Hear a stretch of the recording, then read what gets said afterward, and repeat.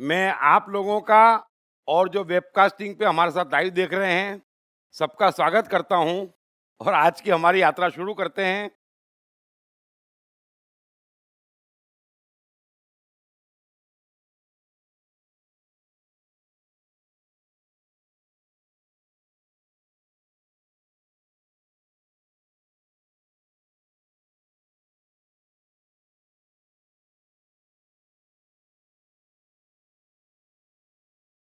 आज का पहला श्लोक लेते हैं।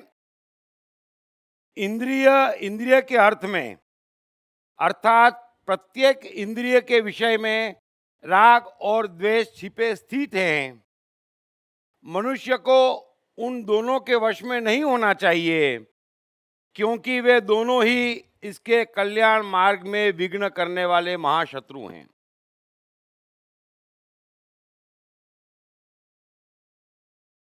कल हमने समझा था कि यहाँ पर किसी मनुष्य का अपने पे कोई भी बस नहीं है। किसी पदार्थ का या किसी भी चीज का, न किसी जानवर का, न मनुष्य का, न चांद तारों का अपने पे वश है कि वे अपनी साइकोलॉजी के खिलाफ कुछ भी कर सके। हर कोई अपनी साइकोलॉजी से जो कुछ भी वो कर रहा है वो करने को मजबूर है, फिर भी सोचता मैं कर रहा हूं। अब कृष्ण उसी बात को आगे बढ़ाते हुए कह रहे हैं कि ऐसा क्यों होता है, क्योंकि उसकी हर एक इंद्रिय में राग और द्वेष स्थित है। चाहे हमारा मन हो, बुद्धि हो, अहंकार हो, चाहे कुछ भी हो, उसमें राग और द्वेष पूरी तरह से उपस्थित है। राग और द्वेष का अर्थ है मुझे कोई चीज चाहिए या पसंद है, या कोई चीज नापसंद है और नहीं चाहिए। तो कृष्ण कह रहे हैं कि राग और द्वेष वो महान शत्रु हैं जो मनुष्य को कर्ता भाव जगाने में मुख्य रूप से जवाबदार है। अब थोड़ा आप सोचना, मैं बार बार कह रहा हूं कि गीता हम कहां खड़े हैं धर्म के मामले में, उसका एक लेबोरेटरी टेस्ट है। इतने सूत्र कृष्ण कह चुके हैं, हमें सिर्फ इतना करना है कि कृष्ण जिस ऊंचाई की बात कर रहे हैं, हमें अपने भीतर चेक करना है कि हम उस ऊंचाई पे कहां खड़े हैं। अब थोड़ा ये समझें और बताएं कि क्या बगैर राग और द्वेष के आप कोई कर्म करते हैं, और करते हैं तो कौन से कर्म करते हैं? जरा सोचना।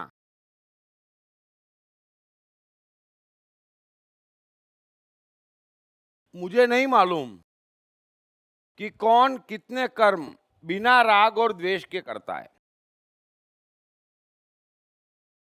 कुछ हमने अपना ऑटोमेशन ऐसा बना लिया है कि बगैर राग द्वेष के हम रह नहीं सकते, और इसमें कोई एबीसीडी नहीं है। अगर कोई कहता है कि मैं हिंदू हूं, मुसलमान हूं, तो भी राग है। अगर कोई कहता है कि ये धर्म अच्छा नहीं, तो द्वेष है। शिक्षा भी राग और द्वेष की है।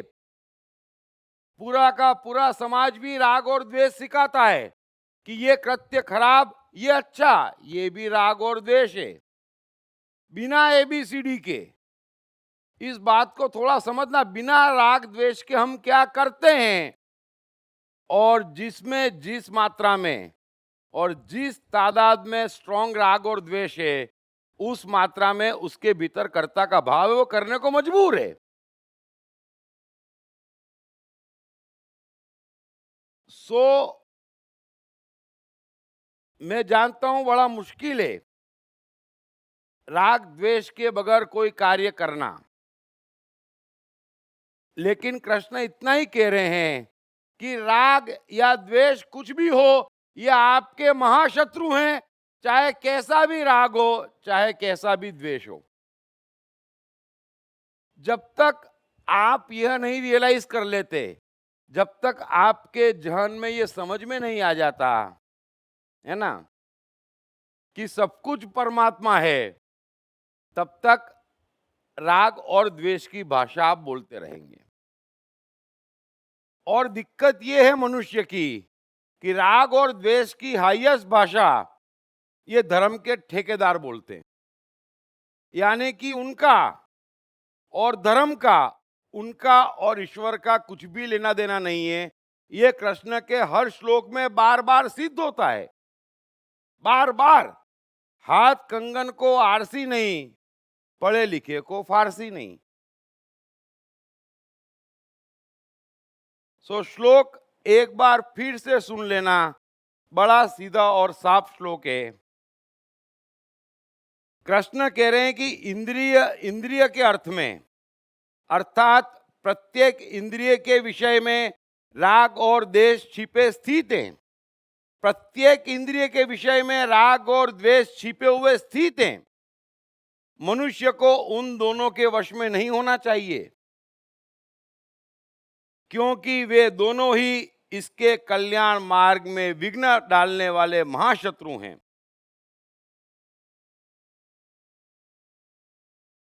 थोड़ा सा इस बात को जो कृष्ण अब तक गीता में समझा रहे हैं, उस परिप्रेक्ष्य में समझने की कोशिश करें। जीवन हर कोई बनाना चाहता है, मेहनत भी पूरी करता है, ज्ञान लेने में और एडवाइस लेने देने में भी किसी ने कोई कमी नहीं रख छोड़ी है।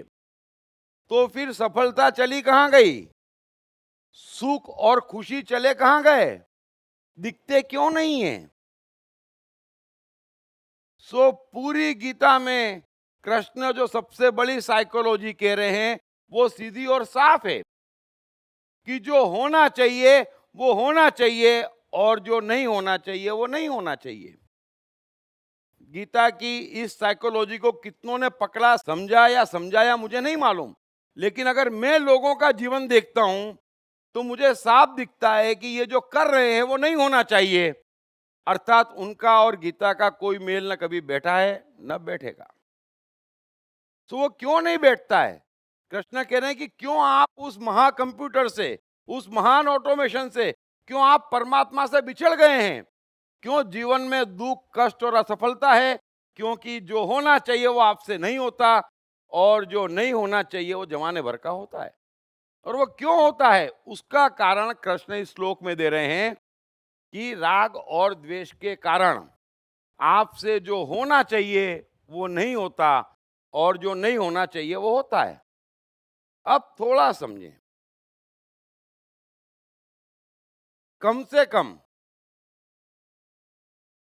अगर आप धर्म और भगवान की बात करते, साधारण सी बात बता रहा हूं, कम से कम धर्म और भगवान की अगर आप बात करते तो मनुष्यों में भेद तो रत्ती भर नहीं करने चाहिए, है ना? तो भी अगर हिंदू, मुस्लिम, ईसाई, बौद्धिज्म अस्तित्व में है,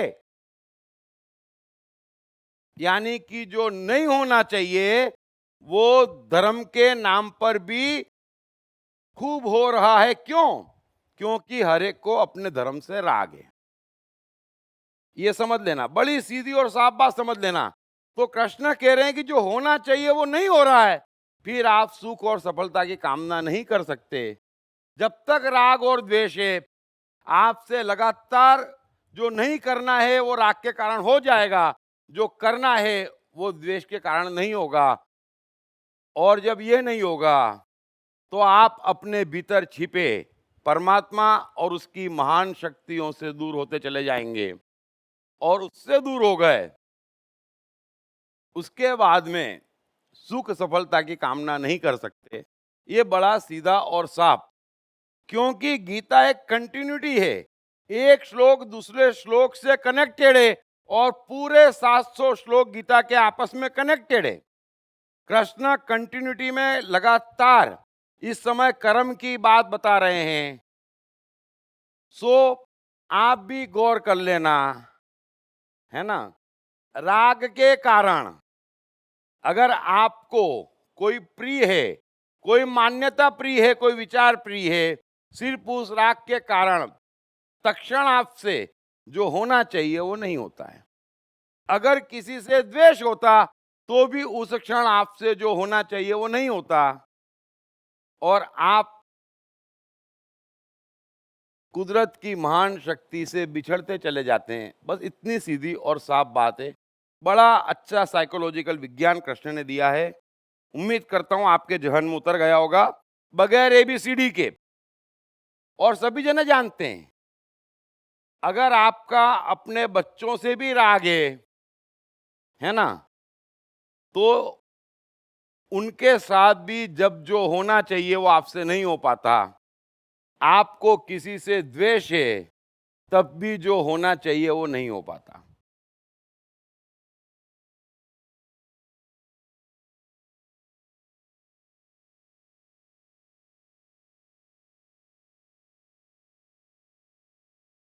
आगे कृष्ण कह रहे हैं,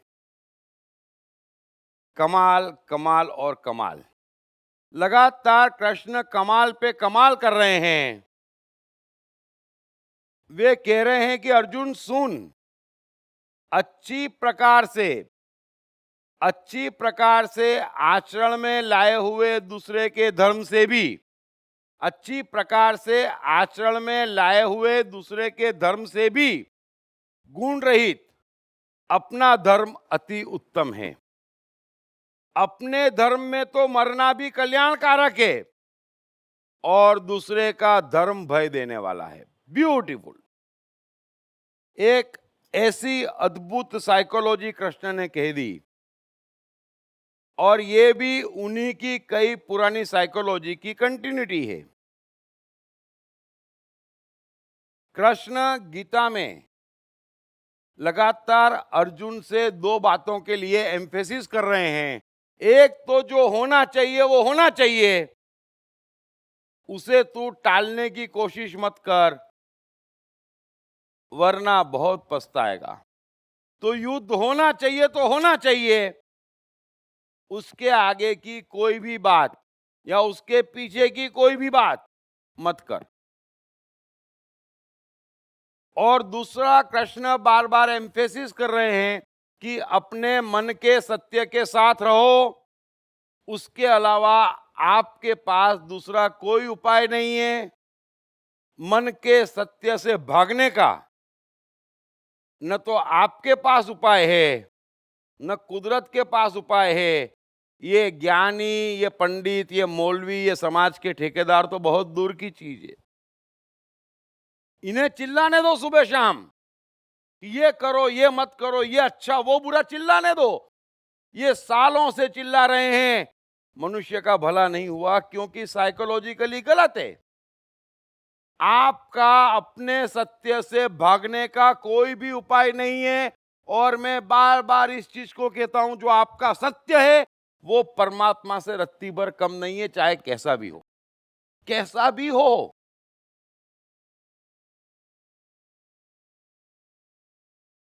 कृष्ण आगे इसी बात पे बार बार अलग अलग तरीके से जोर देंगे।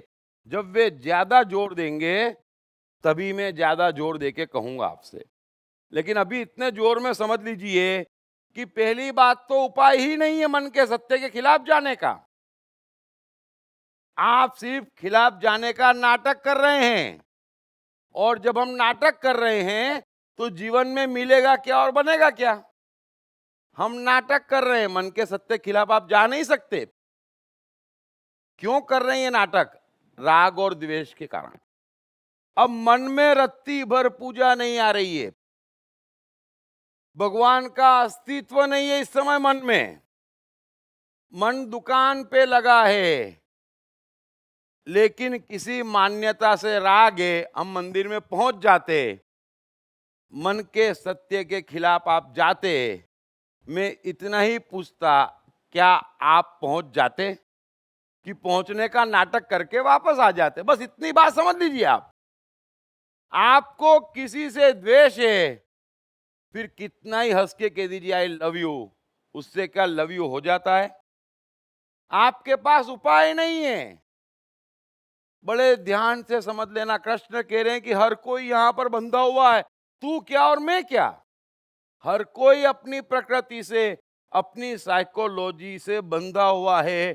वो उसके इधर उधर कुछ भी कर नहीं सकता, करना चाहिए नहीं, फिर भी क्योंकि हर इंद्रिय के विषय में राग और द्वेष छिपे हैं, उसी की आप शिक्षा लेने बाहर जाते। क्या अच्छा? अब परमात्मा की दुनिया में क्या अच्छा, जरा समझाएं। तो कम से कम उसे परमात्मा कहना तो बंद कर दीजिए। अगर उसकी दुनिया में भी खराबी है, अगर किसी चीज में खराबी है, किसी कर्म में खराबी है, किसी बात में खराबी है, तो आप ये मत कहना मैं धार्मिक हूं। साइकोलॉजी का पता ही नहीं है। ये आप ही की शिक्षा, आप ही का जगत है, आप ही खेल रहे हैं। एक जमाने में इतने ही जोर से सती प्रथा पवित्र थी, आज क्या हो गया? ऊपर से किसी ने भेजा कि नहीं नहीं गड़बड़ है, ये पवित्र नहीं है।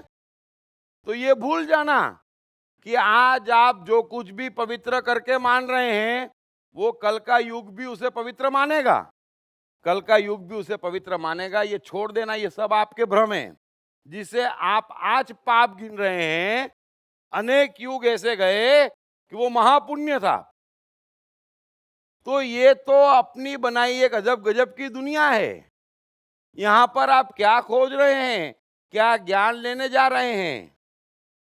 आप सनातन, मन सनातन, परमात्मा सनातन, आत्मा सनातन, प्रकृति सनातन, और आप ये छिछोरे ज्ञान और छिछोरी बातें सुन रहे हैं जो 1000, 2000, 5000 वर्ष पुरानी है, और जिसकी जो मर्जी आई कही है।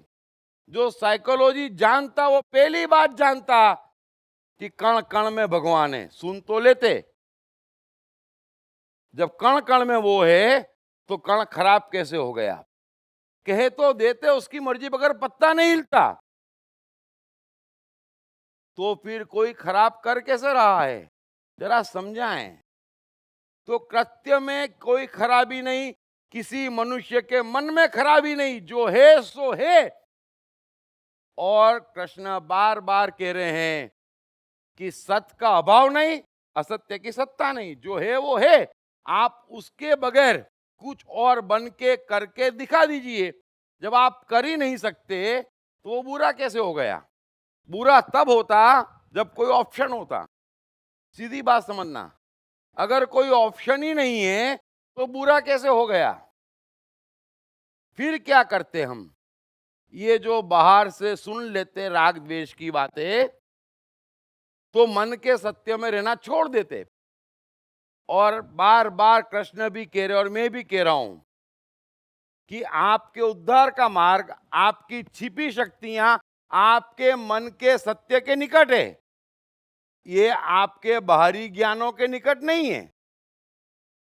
अब बाहरी ज्ञान के कारण लगातार आप मन के सत्य से दूर होते चले जाते, और फिर एक दिन मन का सत्य ही भूल जाते। लेकिन आपके भूलने से वो आपके सब कॉन्शियस से लेकर और भीतर के मन में तो वहीं का वहीं रहता। इसलिए करते कुछ, बोलते कुछ, होता कुछ, समझते कुछ, किसी को मालूम ही नहीं है कि वो है क्या। इतना आगे बढ़ गए, और किसने बढ़ाया? ये राग द्वेष की शिक्षा देने वालों ने। अगर राग द्वेष नहीं है, संसार में ये ज्ञान नहीं है, तो आपको मन के सत्य के खिलाफ जाने की जरूरत ही नहीं पड़ेगी। बड़ी सीधी बात समझ लीजिए। अगर राग द्वेष नहीं है, अगर ज्ञान ही नहीं है, तो मुझे मन के सत्य के खिलाफ जाने की जरूरत क्या है? और ये मत समझना, क्या कहूं मैं, हमारे भीतर 7 मन है, और कई बार आप सोचते एकदम से कोई चीज ऊपर आ जाती, आप सोचते ये सत्य है, जो ऊपर आ गई वो सत्य है, मैं भी कह रहा हूं, सिर्फ आप 2 कदम बढ़ो, सत्य बदल जाएगा। आप 2 कदम बढ़ते नहीं, वो सत्य और मजबूत होता, और कुछ भी नहीं है। अगर कोई ये समझे कि मुझे आज उसको मारना ही है, फिर सोचे नहीं नहीं मारना खराब है, वो बड़ा पहलवान है, या घर वाले क्या कहेंगे, आप ये सब मत सोचो, आया ना निकलो। जैसे ही निकलोगे ना, वो सत्य कहाँ गायब हो जाएगा आपको पता ही नहीं चलेगा, फिर वापस आ जाओगे। ये समझ लेना, बड़े अच्छे समझ लेना, गड़बड़ कहाँ हो रही है। मन के सत्य के साथ सब ठीक हो जाता है, लेकिन हम करते नहीं, तो वो बात भीतर की भीतर रह जाती और गहरी हो जाती। जिस बात का वाकई निकलने से 5 मिनट में परमानेंट सॉल्यूशन आ जाना था, वो बात हर 7 रोज मन में आती, और कुछ नहीं है। तो गड़बड़ मन के सत्य में नहीं है, आप उसके खिलाफ जाते, वो परेशान करता है। आप उसके और खिलाफ जाते, वो और परेशान करता है। इसलिए कृष्ण कह रहे हैं, न ज्ञानी का बस है न अज्ञानी का बस है, तो फिर किसी का हट करेगा क्या? हट तो तब करे वो जब बस हो। अब बस ही नहीं और जिद किए बैठे हैं, मन में खूब आ रहा है लेकिन नहीं, ये काम गलत है। मन में आ रहा है ना, जरा ट्राई कर लो, मन से निकल जाएगा। ट्राई कर लो। रुके हैं हम, बाहर से सुन लिया, इसमें नुकसान है, सुन लिया। अर्जुन क्या कर रहा है? यही तो कर रहा है अर्जुन इस समय। कभी शास्त्र, कभी मर जाऊंगा, कभी भाई।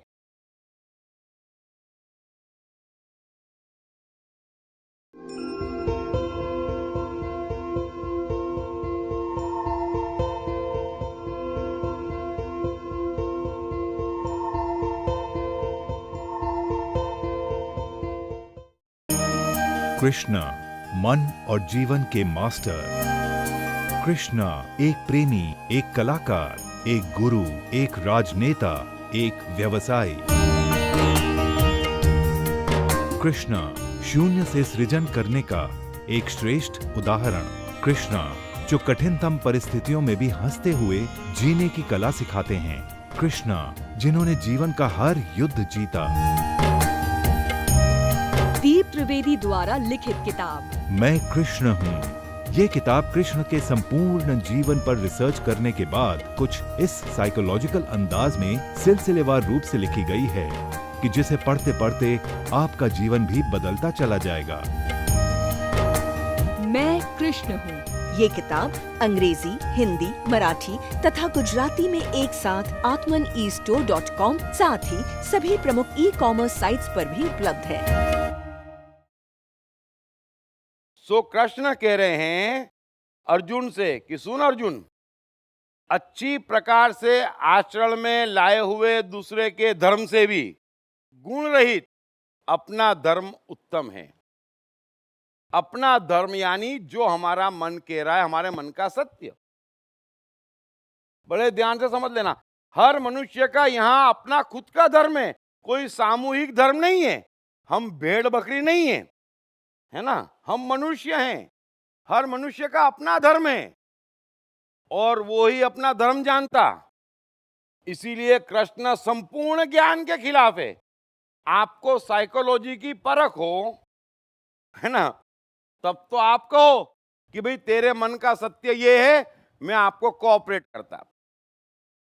अभी ना आपको साइकोलॉजी का पता, न मन के सत्य का पता, ऊपर से मन के सत्य के आप खिलाफ रहने को सिखाते और ज्ञान की बातें करते, खुद भी मरते, दूसरे को भी मारते।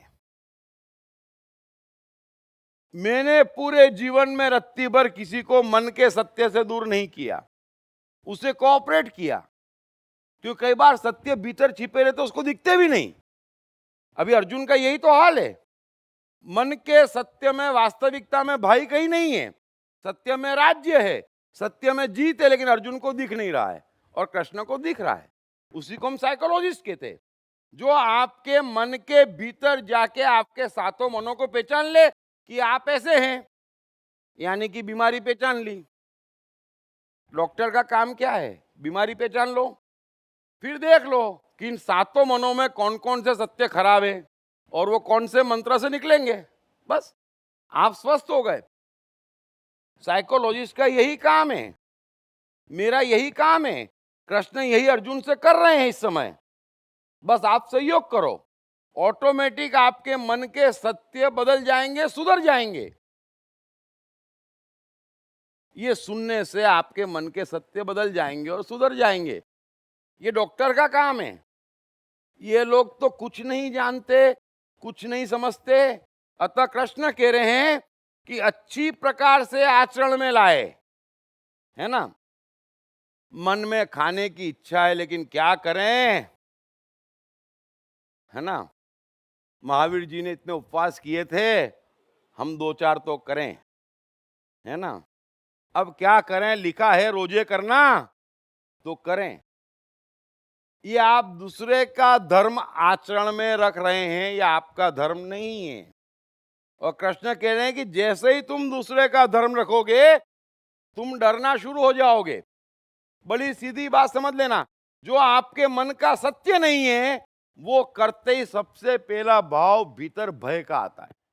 सबसे पहले गौर करना, बड़ी ऊंची साइकोलॉजी है, सीधी साइकोलॉजी है। सो कृष्ण कह रहे हैं कि अर्जुन, तू इस समय डर क्यों गया? पूरे जीवन में नहीं डरा, 75 वर्ष की उम्र हो गई, आज तक नहीं डरा, ये पहली बार डर क्यों गया? क्योंकि तू दूसरे का धर्म अपनाने की कोशिश कर रहा है। ये भाई बंधु है, ये तेरा धर्म नहीं है। ये शास्त्र में क्या लिखा उसको फॉलो करना भी तेरा धर्म नहीं है। वरना ये तो कब से लिखा हुआ है और तू कब से यही पढ़ रहा है, तेरा धर्म नहीं है। अब तू जो अपना ओरिजिनल धर्म है, जो तेरा मन है, उसको बदलने की कोशिश कर रहा है बाहर के फोर्स से, इसलिए तू डर गया। इसलिए अपने धर्म में मरना भी कल्याणकारक है। तेरा धर्म मरना और मारना है, तेरे भीतर युद्ध है, तेरे भीतर जीतना है, तेरे भीतर राज्य है। तो राज्य पाने की कोशिश में तू मरेगा तो भी कष्ट नहीं होगा, लेकिन उससे भागेगा तो महासंकट में पड़ेगा। बड़े ध्यान से समझ लेना। दूसरे का धर्म, अरे पिताजी ने कह दिया हम ऐसा करते थे, अच्छी बात है। अब मेरा वो धर्म नहीं है तो क्या करूं? अब आप फॉलो करने की कोशिश करना, पूरे मन में उचाट पैदा हो जाएगी, डर आएगा, टेंशन आएगा, क्रोध भी आएगा। यही पिताजी मिले थे भगवान को देने के लिए, हैं? मन में बहुत कुछ आएगा। सो कृष्ण कह रहे हैं बड़ी सीधी बात है, बार बार समझ लेना, श्लोक को अच्छे से समझ लेना। अर्जुन इस समय डरा हुआ क्यों है? पूरी मनुष्य जाति डरी हुई क्यों है? क्योंकि वो अपने धर्म में, अपने मन के सत्य में रहने के बजाय धर्म बाहर से लाने की कोशिश कर रहा है, जो संभव नहीं है। अभी किसी का कुछ भी विचारो, है ना, फिर कहते थे बुद्ध क्रोध नहीं करते थे, तो अब हमको आया। बुद्ध को क्रोध नहीं आता था इसलिए नहीं करते थे, फर्क समझ लेना। अब हमको आया, हम कहते बुद्ध नहीं करते थे, तो क्या करें? तो आप भी मत करो। तो क्रोध अंदर ऐसा चलता है कि पागल कर देता, सबको मालूम है। तो जो मन का सत्य है उससे आप भाग नहीं सकते, और आपके मन का सत्य आपका धर्म है। अभी कृष्ण तो चिल्ला चिल्ला के कह रहे हैं गीता में, आत्मा अमर है। अब ये कृष्ण का सत्य है, क्योंकि जीवन भर दूसरे बड़े बड़े राजाओं और बड़े बड़े राजाओं के वहां अकेले पहुंच गए उनसे युद्ध करने। तो ये तो वही कर सकता है जिसे मालूम है आत्मा अमर है। अब हम सुन लेते आत्मा अमर है, फिर कहते भी आत्मा अमर है, चिंता मत करे। अरे वो हमारा सत्य नहीं है, हमारी आत्मा छोड़ो, हम तो पूरे के पूरे हमारे धरे पड़े हैं। तो कहां से आत्मा अमर है? ये आपका सत्य नहीं है, और जो हमारा सत्य नहीं है उसमें आप जीने की कोशिश करेंगे, आप डर जाएंगे। तो थोड़ा समझने की कोशिश करो हर बात से। जो आपका सत्य है वही सत्य है।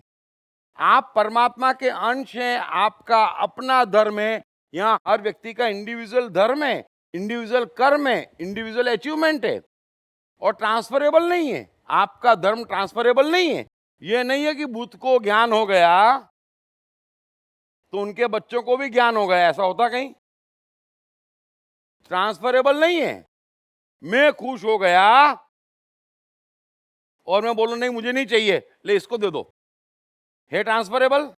नहीं है। आपका अपना धर्म है, आपका अपना जीवन है, आपका अपना मन है, आपका अपना ज्ञान है, आपका अपना अचीवमेंट है, पर्सनल है। इसलिए ज्ञान की इस जगत में गुंजाइश नहीं है। सिर्फ वो दे सकते हैं जो साइकोलॉजी जानते हैं, वो तो बड़े कम होते हैं। अतः इस श्लोक को एक बार फिर सुन लीजिए। अच्छी प्रकार आचरण में लाए हुए दूसरे के धर्म से गुण रहित भी, कृष्ण कह रहे हैं कितनी गड़बड़ वाला हो लेकिन अपना धर्म अति उत्तम है।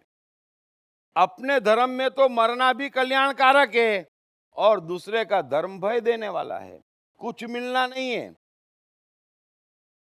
अतः अगर कुछ नहीं समझते तो इतना समझें, कृष्ण बार बार एक ही बात कह रहे हैं कि बाहर के प्रभाव से कुछ मत करो, क्योंकि सारा बाहर का प्रभाव चाहे कुछ भी हो वो आपको आपके मन के सत्य से दूर करने के अलावा कुछ करने वाला नहीं है।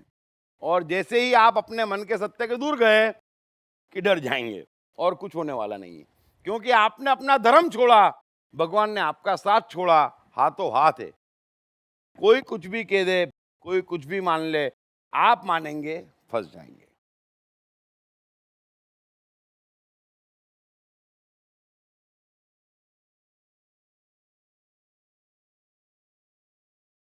अर्जुन पूछ रहा है अब कृष्ण से कि हे कृष्ण, तो फिर यह मनुष्य स्वयं न चाहता हुआ भी बलात् लगाए हुए के भांति किससे प्रेरित होकर पाप का आचरण करता है? खैर, अर्जुन की मनोदशा हम समझ सकते हैं। वो युद्ध के मैदान में खड़ा है, कृष्ण एक एक वाक्य में कह रहे हैं। अर्जुन को उनकी बात सुनने में कोई रस है ऐसा रत्ती भर नहीं है। अर्जुन को रस सिर्फ युद्ध के मैदान से भागने में है, लेकिन उस हेतु कृष्ण राजी नहीं हो रहे हैं। तो यहां पर पूछने के लिए वो पूछ रहा है कि फिर ये मनुष्य न चाहता हुआ भी पाप का आचरण क्यों करता है? अब कृष्ण पिछले 15 श्लोक से यही समझा रहे हैं कि मन के सत्य के खिलाफ जाना एकमात्र पाप है, बाकी कोई पाप ही नहीं है जो तू इस समय कर रहा है। अब उसके लिए तुझे फोर्स कौन करता? तो कृष्ण कह रहे हैं कि तेरी इंद्रियां जिसमें राग द्वेष छिपे हैं, उस कारण से तू बाहरी प्रभावों से प्रभावित होता। और जो होना चाहिए, जो तेरा सत्य है, तेरे भीतर है, भीतर भी युद्ध है, बाहर भी युद्ध है। कुछ मतलब ही नहीं है बाकी बातों का, ये जमाने भर की बात बीच में आ गई, यही पाप है। और इसीलिए तू डरा हुआ है। इतना स्पष्ट कहने के बाद भी वो पूछ रहा है कि मनुष्य पाप का आचरण क्यों करता है। वो अभी भी उसी पाप के बारे में पूछ रहा है जो शास्त्रों में वर्णित है। और ये वाकई मनुष्य जाति का बड़ा नुकसान हुआ। मनुष्य एक साइकोलॉजी है, और बात जब लगातार कही जाती और एक सी कही जाती तो मन पुराना है, वो उसके मन में घर कर लेता। और जब घर कर लेता तो कृष्ण जैसे साइकोलॉजिस्ट को भी काटने में तकलीफ आती। बात गहरी हो जाती, बीमारी गहरी हो जाती तो डॉक्टरों को तकलीफ आती है ना। ताजी ताजी होती, फट से डॉक्टर ठीक कर लेता। तो अर्जुन की भी बीमारी गहरी है, आम मनुष्य की बीमारी भी गहरी है। वो इतना प्रभावित है कि घूम फिर के वहीं आ जाएगा। मेरे देखे, मैंने शास्त्रों का प्रभाव बहुत काटा है, लेकिन फिर भी कटते कटते भी उसकी पूंछ तो रही जाती कई बार। फिर वो प्रकट होती सवालों में। मैं समझ भी जाता, लेकिन मैं पर्सनल बातें नहीं करता, है ना।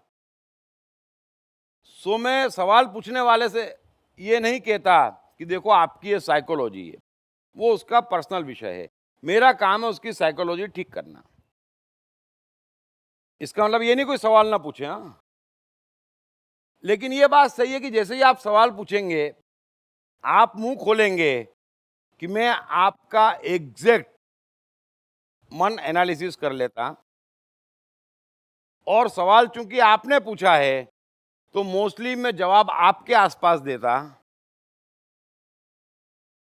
लेकिन कोशिश ये करता कि उसमें सब शामिल हो जाएं, क्योंकि उस समय बड़ी ऑकवर्ड सिचुएशन हो जाती। मैं बोल रहा हूं तो सब पर समान रूप से लागू है, लेकिन जब आप पूछ रहे हैं तो बाकी सब भी बैठे हैं, वहां सिर्फ अर्जुन अकेला है। तो कृष्ण को जो कहना है वो अर्जुन का मन देख के कहना है। मुझे जो कहना है वो सवाल पूछने वाले का विशेष ध्यान रखना है कि उसकी साइकोलॉजी में बात घुसे, और आपके लिए भी आउट ऑफ बॉक्स नहीं हो जाए ना। सो कष्ट होता था इस बात को समझना। तो सवाल अर्जुन का ये है कि तो फिर मनुष्य क्यों बलात् किए हुए की भांति पाप का आचरण करता है। निश्चित ही अर्जुन के पास दूसरा कोई उपाय नहीं है। कृष्ण जब तक उसका रथ मैदान से बाहर न ले जाएं, तब तक उसके पास एक ही शॉर्ट टर्म उपाय है कि बातचीत करते रहो, ताकि कृष्ण ये ना बोले चलो युद्ध करने, है ना। और कृष्ण फिर भी बार बार कहते चलो भाई अब बात खत्म हुई, समझ तो गया तू। वो बोले समझ तो गया, लेकिन इसका क्या। फिर शुरू, है ना। सो कृष्ण ने सवाल सुन लिया, लेकिन जवाब वे अपने हिसाब से ही दे रहे हैं। कृष्ण कह रहे हैं कि सुन अर्जुन, रजोगुण से उत्पन्न हुआ यह काम ही क्रोध है। यह बहुत खाने वाला अर्थात भोगों से कभी न अगाने वाला और बड़ा पापी है। इसको ही तू इस विषय में वैरी जान। ब्यूटीफुल। जिस प्रकार धुएं से अग्नि और मैल से दर्पण ढका जाता है, तथा जिस प्रकार जहर से गर्भ ढका रहता है, वैसे ही उस काम के द्वारा यह ज्ञान ढका रहता है। कमाल। और हे अर्जुन, इस अग्नि के समान कभी न पूर्ण होने वाले कामरूप ज्ञानियों के नित्य वैरी के द्वारा मनुष्य का ज्ञान ढका हुआ है। पहला श्लोक मैं आपको फिर से पढ़ देता हूं, फिर वहीं से समझाना शुरू करता हूं। लेकिन सारी बातों का सार इस श्लोक में आ गया, जिसे हम ज्ञान कहते हैं। कृष्ण कह रहे हैं कि रजोगुण से उत्पन्न हुआ यह काम ही क्रोध है। यह बहुत खाने वाला अर्थात भोगों से कभी न अगाने वाला और बड़ा पापी है। इसको ही तू इस विषय में वैरी जान। रजोगुण यानी हर मनुष्य यहां पर आगे बढ़ना चाहता और अपना शुभ चाहता बिना अपवाद के। शुभ कर नहीं पाता, आगे बढ़ता नहीं बिना अपवाद के, क्योंकि वो तरीका गलत अपनाता है। लेकिन कृष्ण कह रहे हैं कि ये जो रजोगुण है, यही काम है, यही काम है, क्योंकि ये इच्छा से उत्पन्न होता है। काम यानी कामना, इच्छा से उत्पन्न होता है, और ये कभी ना भरने वाला है। एक इच्छा पकड़ लेते छोटी सी, उसी में पूरा जीवन निकल जाता। ये तो एक इच्छा का हाल है। लेकिन यहां तो हर मनुष्य हजारों इच्छा पकड़े जी रहा है, और हर बात की इच्छा है। दो आदमी आपस में बात कर रहे हैं, वो भी सुनने की इच्छा है। कमाल कमाल की इच्छाएं हैं, गौर करना। वो ज्ञानी अपने घर बैठे कुछ प्रवचन दे रहा है, कोई किस युग में कब कुछ लिख के चला गया, वो भी पढ़ने की इच्छा है। यानी कि मनुष्य की इच्छाओं का अंत नहीं है। कृष्ण कह रहे हैं कि ये बहुत खाने वाला है, इतना खाने वाला है जिसका अंत नहीं है, और उसी के कारण क्रोध उत्पन्न होता है। क्योंकि इच्छाएं पूरी नहीं होगी तो भीतर जो भाव पकड़ेगा वो क्रोध का पकड़ेगा, है ना। जब निवाला मुंह से छीनते या निवाले की सोचते और नहीं मिलता तब क्या होता? तो कृष्ण कह रहे हैं कि काम ही क्रोध है। ये जो कामना है वही उसको परेशान कर रही है, और ये कभी ना अघाने वाली है। मैं भी आपसे कहता हूं, अर्जुन भी इस समय यही कर रहा है। इसका क्या, उसका क्या, उसका कोई अंत नहीं है, कृष्ण कह रहे हैं। यानी बात उसके सवालों पे कर रहे हैं कि मैं जानता हूं तुमने ये सवाल पूछा अपने मन में। कृष्ण यही सोच रहे हैं कि मैं जानता हूं तुमने सवाल क्यों पूछा, मैं जानता हूं तू बात आगे बढ़ाना चाहता है, मैं जानता हूं कि तू बात को आगे बढ़ाना चाहता है। मैं ये भी जानता हूं कि फिर जब कभी मैं कुछ कहूंगा या युद्ध करने को कहूंगा तो फिर सवाल पूछेगा तू। लेकिन ये कामना से उत्पन्न हो रहा सवाल है, इसमें जिज्ञासा नहीं है, है ना। तो ये तो कभी ना खत्म होने वाला है। और कामना क्या है? कि युद्ध के मैदान से भागना है। बड़े अच्छे समझ लेना, साइकोलॉजिकल। मैं चाहता हूं आप लोग साइकोलॉजी के मास्टर हो जाएं। अगर आपके भीतर कोई कामना है, आप मुंह खोल लें। आपके भीतर भले कामना चांद की हो और आप घास की बात करेंगे ना, तो भी मैं पकड़ लूंगा कि ये चांद की कामना से निकला सवाल है। तो कृष्ण के लिए तो बड़ा आसान है। तो कृष्ण कह रहे हैं कि ये रजोगुण से निकला जो तेरा सवाल है उसे मैं समझ रहा हूं, लेकिन अगर ये समझाने बैठा तो 1800 अध्याय तक गीता चलेगी। तो 100 बातों की एक बात समझ ले कि रजोगुण यानी कामना किसी भी चीज की वो कभी पूरी होने वाली नहीं है। किसी भी चीज की होती है तो ये बहुत खाने वाला, भोगों से कभी ना अघाने वाला है ये काम। लेकिन इसके ठीक आगे कृष्ण कह रहे हैं कि जिस प्रकार धुएं से अग्नि, बड़े ध्यान से समझ लेना, जिस प्रकार धुएं से अग्नि और मैल से दर्पण ढका रहता है, जिस प्रकार जहर से गर्भ ढका रहता है, वैसे ही उस काम के द्वारा यह ज्ञान ढका हुआ है। ब्यूटीफुल। कृष्ण कह रहे कि तू सवाल पूछ क्यों रहा है? मैं इतनी बार समझा चुका कि हर मनुष्य का ज्ञान, उसका सत्य, उसका ईश्वर, सब कुछ उसके भीतर है। तो तू सवाल बाहर पूछ क्यों रहा है? ये ज्ञान भीतर है। लेकिन जैसे धुएं से अग्नि, जहर से गर्भ और मैल से दर्पण ढक जाता, इस तरह यह ज्ञान ढका हुआ है इस काम के द्वारा, ये रजोगुण के द्वारा। बड़े ध्यान से समझ लेना।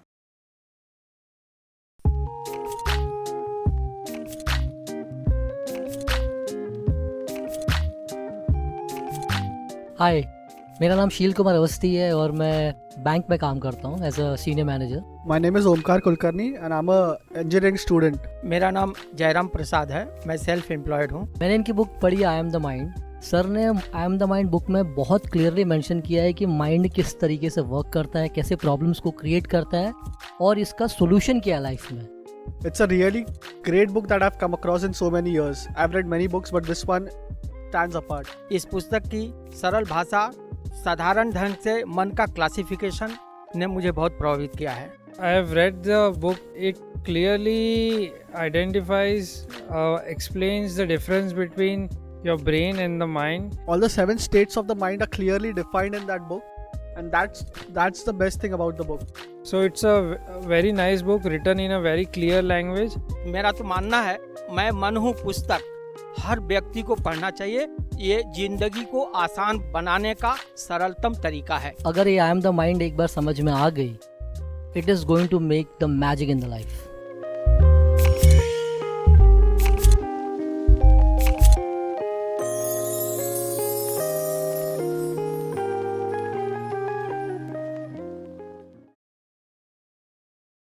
हमारे आगे बढ़ने की सारी संभावनाएं, मस्त होने की सारी संभावनाएं भीतर छिपी है। अर्जुन भी सवाल पूछ रहा है, कृष्ण पहले भी कह चुके कि तू मेरी शरण आ जा, तू मेरे भीतर चले जा, तू मुझसे मुलाकात कर ले, यानी तेरी आत्मा से मुलाकात कर ले, सब सवालों का अंत आ जाएगा, चुपचाप युद्ध के लिए खड़ा हो जाएगा। क्योंकि वहां ज्ञान है और वो ज्ञान गया कहां?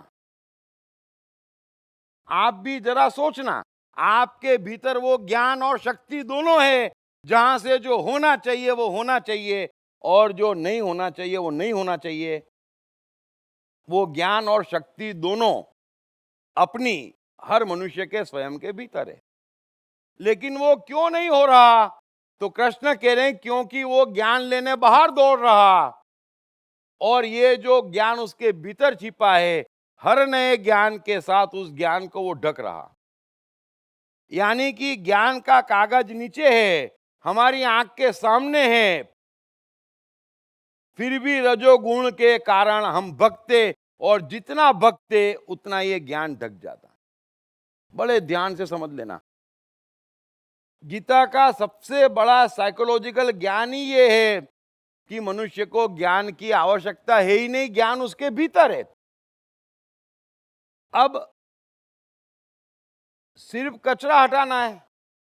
भाई हमारे काम का कागज अगर सबसे नीचे है और उसके ऊपर 150 कागज हैं, तो ज्ञान एक ही है, कुछ 150 कागज को हटाना है, ज्ञान नहीं देना है।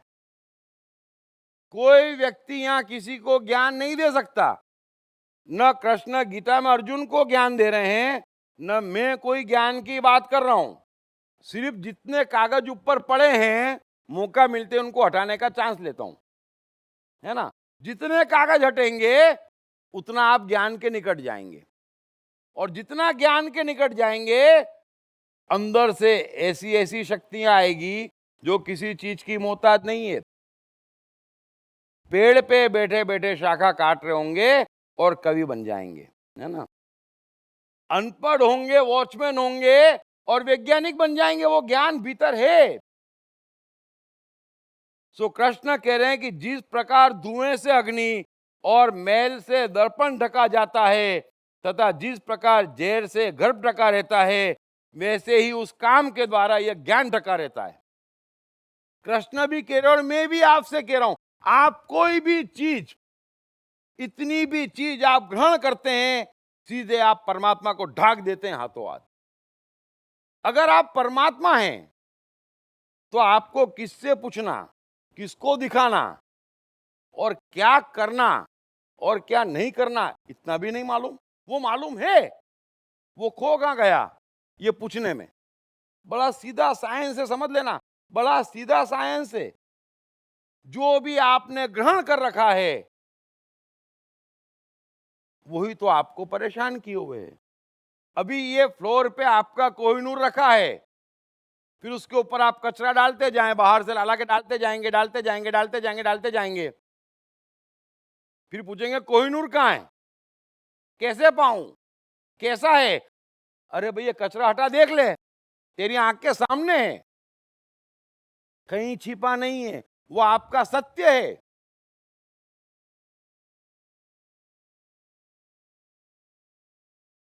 अब कृष्ण इससे ज्यादा क्या कह सकते हैं? मैं भी आपसे यह कहना चाहता हूं, मैं इतनी बात करता हूं, अगर मेरी किसी बात में किसी दुकान की इतनी भी गुंजाइश दिखे तो आप मुझे बताइए, क्योंकि धर्म में दुकानों की गुंजाइश ही नहीं है। ये गुंजाइश जिन्होंने निकाली है और दुकानें जो चल रही है, यही तो अज्ञान है। सब फंसे पड़े हैं उसमें, और क्यों नहीं निकलते ये कमाल है। जगह नहीं है, इतनी भी जगह नहीं है दुकान की। साइकोलॉजिस्ट का काम इतना ही है कि आपको आपसे मिलवा दें और आपको बता दें कि आप क्या हैं। बस आप हैं, आप आपके अलावा कुछ हो नहीं सकते। ना आपको किसी की फोटोकॉपी होना, न किसी से प्रभावित होना। जो आप हैं वो परफेक्ट हैं, जो आपके मन का सत्य है वो परफेक्ट है। उसमें बैठ जाएंगे, ज्ञान फटाफट फटाफट करता जाएगा। क्योंकि मन के सत्य में बैठी आप तब सकते जब बाहर की किसी चीज का प्रभाव ना हो। बाहर का प्रभाव होगा तो आप मन के सत्य में नहीं बैठ सकते, और मन के सत्य में बैठने की शुरुआत नहीं कर सकते तो परमात्मा से मिलने की, परमात्मा पे बैठने की तैयारी कैसे करेंगे? संभव ही नहीं है। सो ज्ञान बाधा है। मैं इतना कह रहा हूं, कृष्ण इतना कह रहे हैं, कोई ज्ञान दिया कृष्ण ने? नहीं, वो काटना है, वही अंधेरा है, वो काटना है, ज्ञान प्रकट हो जाएगा फट से।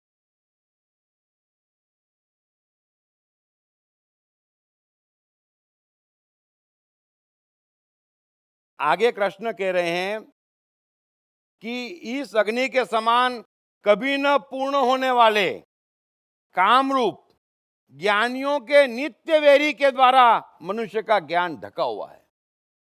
ये जो भी आप पूछते, करते, लाते, ग्रहण करते, समझते, सोचते, कुछ भी ABCD Z, कुछ भी, मतलब कुछ भी कह रहा हूं मैं, कुछ भी, इतनी सी चीज भी आपका ज्ञान ढक लेता तो मिनिमम मुझे मालूम है कि हर मनुष्य ने अरबों वस्तुएं पकड़ी हुई है, अरबों, और हर चीज बाधा है।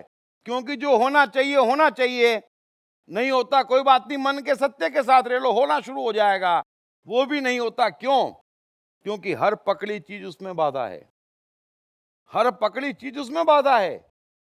मैं सुबह 6 बजे उठूंगा, अब किसी कारण से रात को नींद नहीं आई, सर भारी है, तो होना क्या चाहिए? नहीं उठना चाहिए। उठूंगा, इतना सा ज्ञान भारी पड़ जाता है। इतनी सी बात, युधिष्ठिर का यह कहना कि मैं सत्य ही बोलूंगा, पूरी महाभारत हरवा देता है। सो जो होना चाहिए वो होना चाहिए, बाकी किसी चीज से कोई मतलब नहीं है। थोड़ा सा इस बात को समझें। कृष्ण कह रहे हैं कि काम कभी न अगाने वाला है। कितना ही कहेंगे, सहयोग आपको करना पड़ेगा। अंदर इतना पावरफुल महसूस करेंगे, जीवन इतना बदल जाएगा। क्योंकि जीवन परमात्मा चलाता, उसकी शक्ति के सामने इन लोगों की और आपकी और हमारी शक्ति क्या है? सो काट दो, ये बोझ है सर पे, ये जीवन पे बोझ है। जो भी आप सोचते, समझते, करते, जीवन पे बोझ है। मैं समय में साइकोलॉजी में जब गीता के बाद के लेक्चर शुरू करूंगा, इतने अच्छे से समझा के आपको बिठा दूंगा। अभी हम कृष्ण के साथ चल रहे हैं और कृष्ण यही अर्जुन से कह रहे हैं कि तू ये क्या है, वो क्या है, सवाल मत पूछ, ज्ञान तेरे भीतर है। ये क्या है, वो क्या है, शास्त्रों में लिखा है, ये सब हटा दे, ज्ञान प्रकट हो जाएगा। कहीं जाना नहीं है तुझे, मैं तुझे ज्ञान नहीं दे सकता, जो अज्ञान है उसे काट सकता हूं। कोई भी व्यक्ति इस विश्व में किसी को ज्ञान नहीं दे सकता, वो आपका अज्ञान काट सकता है, और जो अज्ञान काट रहा है वही ज्ञान दे रहा है। जो ज्ञान दे रहा है वो आपका नुकसान कर रहा है। बड़े ध्यान से समझ लेना। अतः कोई भी बात ज्ञान के लिए मत जाना, वो तो काफी है। विवेकानंद के पास बहुत ज्ञान था, बड़े तेजस्वी थे, कुछ काम नहीं आ रहा था। रामकृष्ण से मिले, अब रामकृष्ण के पास क्या ज्ञान था, है ना, ढंग से बोलते तक नहीं आता था। अगर आपके ज्ञान से चलें तो, अगर हमारे आपके जो ये लोग कहते ज्ञान की परिभाषा, उसमें रामकृष्ण परमहंस हो कि एडिसन हो या अंबानी हो, ज्ञान है ही नहीं और ज्ञान था ही नहीं। तो रामकृष्ण ने भी देख लिया, ओहो बड़ी मेहनत करवाएगा लड़का, क्योंकि इतना जानता है और जिद्दी भी है। उन्होंने चैलेंज के रूप में लिया, तो उसको कोई शिक्षा नहीं दी। जो जो सुन रखा था बकवास बकवास बोगस, मैं भी आपसे यही कह रहा हूं, कुछ भी हो वो सिवाय बोगस के कुछ हो ही नहीं सकता। कुछ भी हो ना, पूरे उपनिषद में बार बार वो कहते नेति, नहीं ये नहीं वो नहीं वो नहीं, सब गड़बड़, जो है वो सब गड़बड़। ज्ञान नहीं, ये कैसा है नहीं चाहिए, ये कैसा है नहीं चाहिए, अंदर से आ रहा है बोल, सामने है बोल। तीसरा ज्ञान क्या करेगा, सब अज्ञान है। तो बातें ही नहीं चाहिए। इतना ऑटोमेशन में आप बैठ जाएंगे, कहां पहुंच जाएंगे और क्या कर लेंगे दुनिया के लिए, इसकी आपको कल्पना नहीं है। सो ज्ञान अब थोड़ा सा कंट्रोल करें और देखें, तुरंत भ्रमित कर देता है आपको। तुरंत कोई भी ज्ञान मनुष्य को भ्रमित करता है, क्योंकि ज्ञान भीतर है। हम भी सुनते, भीतर इंट्यूशन है, भविष्य देखने की ताकत है, अरे है ना, लेकिन जब बाहर भविष्य दिखा रहे हो तो भीतर का कहां से दिखेगा? समझे इस बात को, कहां से ले आते ज्ञान?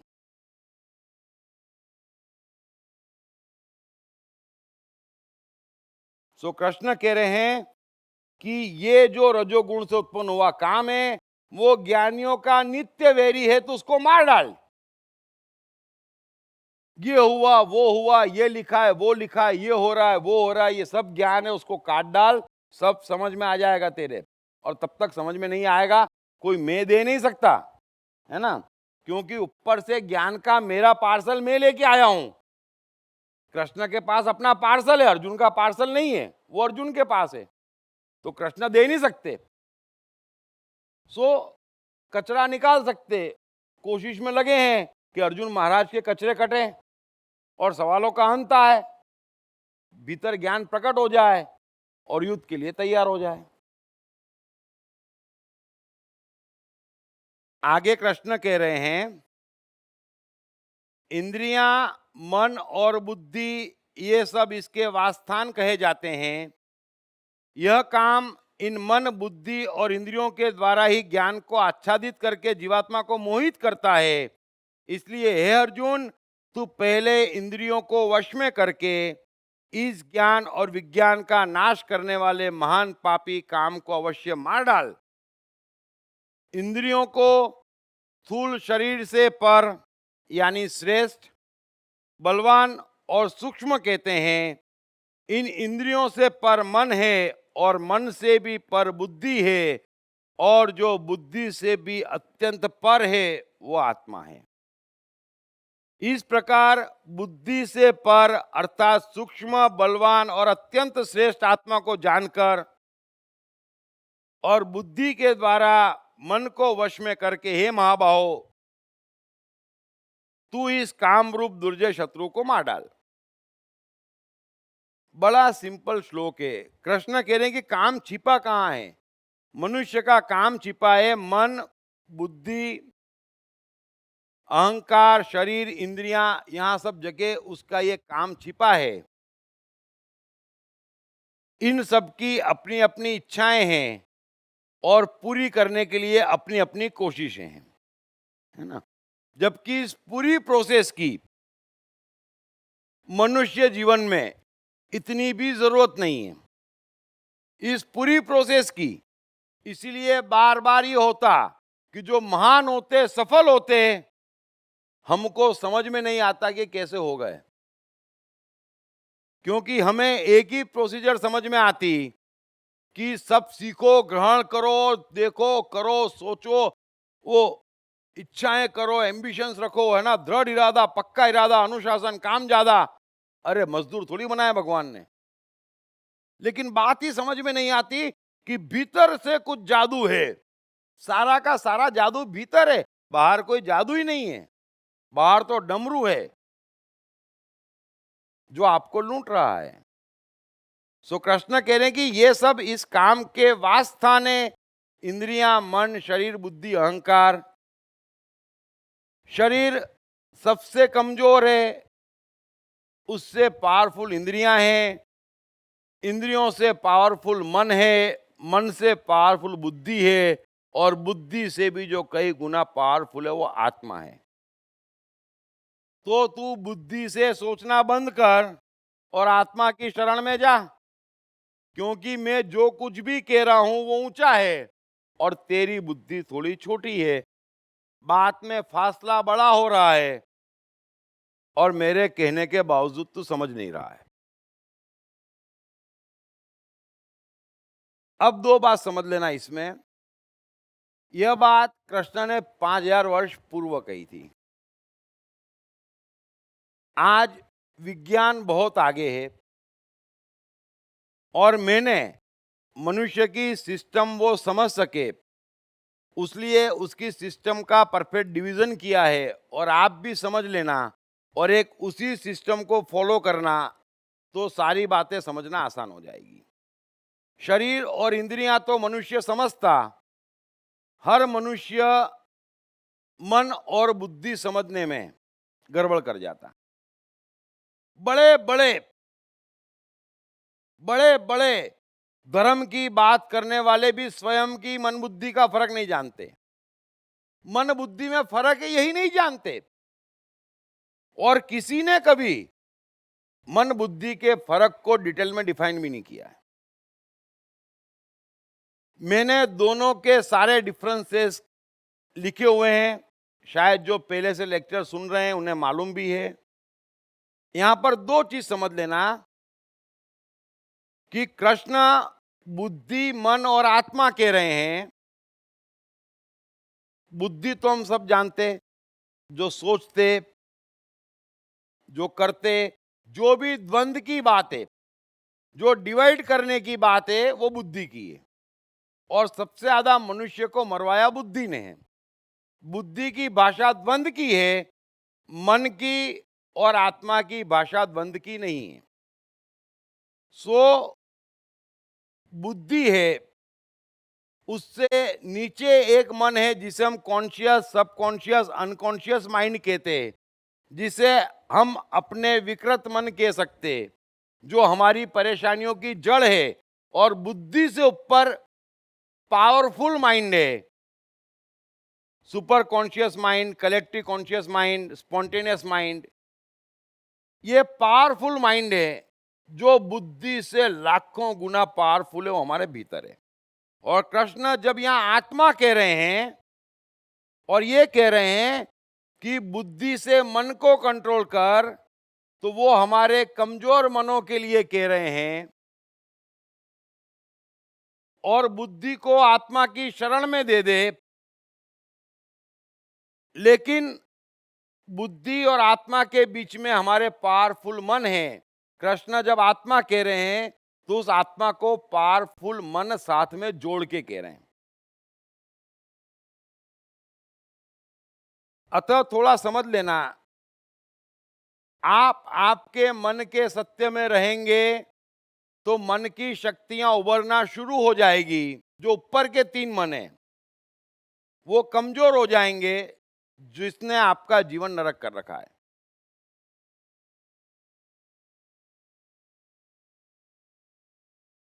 जो मन के सत्य के साथ रहते उनके शक्तिशाली मन एक्टिव हो जाते और वही लोग सुख और सफलता पाते।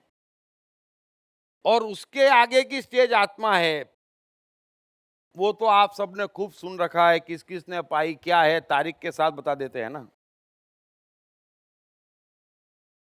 मन के सत्य के साथ रहेंगे तो आत्मा के पेरीफेरी में जो मन है आपके शक्तिशाली, वो जाग जाएंगे। और वो जाग गए, फिर किसी चीज की जरूरत नहीं। धीरूभाई अंबानी को मैनेजमेंट सीखने की, एमबीए करने की, इंग्लिश सीखने की, प्रोजेक्ट रिपोर्ट बनाने सीखने की, कॉरेस्पॉन्डेंस कैसे करना, फैक्ट्री कैसे डालना सीखने की कुछ जरूरत नहीं है। पेट्रोल पंप पे पेट्रोल तो सीधे ही है, रेडीमेड, सीधे रेडीमेड है, क्योंकि आपके भीतर है सारा ज्ञान, वो शक्तिशाली मनों में छिपा हुआ है। इस सूत्र में इतनी सी बात कृष्ण कह रहे हैं कि शरीर से पावरफुल इंद्रियां है, इधर शरीर का समर्पण इंद्रियों को कर, इंद्रियों का कमजोर मनों को कर, कमजोर मनों का बुद्धि को कर, बुद्धि का शक्तिशाली मनों को कर, और फिर उन शक्तिशाली मनों का समर्पण अपनी आत्मा को कर दे, तो तेरा उद्धार हो जाएगा। और अगर ये सब एक्टिव रहे तो तेरा उद्धार हो ही चुका है। हाँ, मेरे ख्याल से ब्रेक लेते हैं हम 5-10 मिनट 15 मिनट का ब्रेक लेना पड़ेगा। ब्रेक लेते हैं। सो उम्मीद है कि पिछला सूत्र में कुछ समझाने जैसा था नहीं। ये नहीं कि मैं जल्दी कर रहा हूं, लेकिन कुछ था ही नहीं। सो 10 मिनट का ब्रेक लेके हम आगे की यात्रा शुरू करते हैं। Thank you very much.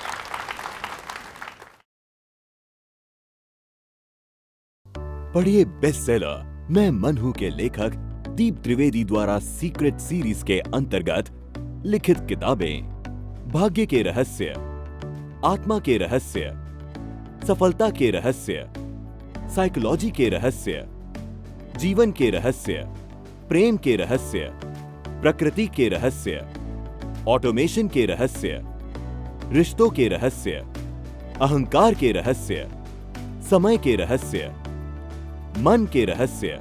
ये किताब अंग्रेजी, हिंदी, मराठी तथा गुजराती में एक साथ atmanestore.com पर भी उपलब्ध है।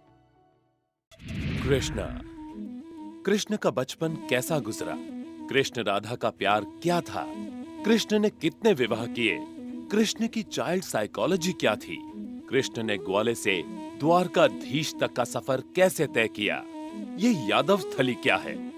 इन तमाम सवालों के जवाब जानिए। दीप त्रिवेदी द्वारा लिखित किताब मैं कृष्ण हूँ। ये किताब कृष्ण के संपूर्ण जीवन पर रिसर्च करने के बाद दीप त्रिवेदी द्वारा कुछ इस साइकोलॉजिकल अंदाज में सिलसिलेवार रूप से लिखी गई है कि जिसे पढ़ते पढ़ते आपका जीवन भी बदलता चला जाएगा। मैं कृष्ण हूँ। ये किताब अंग्रेजी, हिंदी, मराठी तथा गुजराती में एक साथ atmanestore.com साथ ही सभी प्रमुख ई-कॉमर्स साइट्स पर भी उपलब्ध है। दीप त्रिवेदी की मनुष्य के जीवन और उसकी साइकोलॉजी पर एक गहरी पकड़ है। मनुष्य जीवन के विभिन्न पहलुओं पर सर्वाधिक चर्चा करने का रिकॉर्ड भी उन्हीं के नाम पर है। मनुष्य जीवन का ऐसा कोई पहलू नहीं जिस पर उन्होंने खुलकर चर्चा ना की हो, जैसे कि path of life, personality, complex, guilt, love, expectation, partiality, acceptance, fear, hypocrisy, creativity, wealth, who is God, concentration, confusion, power of transformation, joy and success, mind and brain, day sleep, natural intelligence, change your future, ego, non-violence, freedom। तथा दीप talks ताओ ते चिंग के अंतर्गत दीप त्रिवेदी द्वारा मशहूर Chinese philosopher लाओ त्से के महान सूत्रों पर चर्चा, परिचय, समय, मन, सफलता, संकट, धर्म, राजनीति और दीप टॉक्स भगवत गीता के अंतर्गत जीवन की किसी भी समस्या से निपटने के लिए दीप त्रिवेदी द्वारा भगवत गीता के संपूर्ण 18 अध्याय पर चर्चा। आप ये तमाम डीवीडीज और सीडी सुनकर अपना और अपने परिवार का जीवन बदल सकते हैं। ये तमाम डीवीडीज और सीडीज आत्मन ई स्टोर तथा अन्य सभी ई कॉमर्स साइट्स पर उपलब्ध हैं। हर बच्चे में सफल और महान बनने की संभावना छिपी होती है। सवाल बच्चे द्वारा अपनी प्रतिभा को निखारने का तथा सही परवरिश पाने का ही होता है। दीप त्रिवेदी द्वारा लिखित रोचक ग्राफिक बुक्स पढ़िए। The story of Thomas Edison, अनपढ़ एडिसन के महान वैज्ञानिक बनने की दास्तान, नॉटिनेस टू ग्रेटनेस, स्टीव से स्टीव जॉब्स बनने की कहानी, हॉटी टू डॉन्टी, चाइल्ड साइकोलॉजी समझने हेतु शेर के बच्चे की कहानी। न सिर्फ बच्चों बल्कि हर माता पिता व टीचर के लिए भी आवश्यक ग्राफिक बुक्स हिंदी तथा अंग्रेजी में आत्मन ई स्टोर तथा अन्य सभी ई कॉमर्स साइट्स पर उपलब्ध।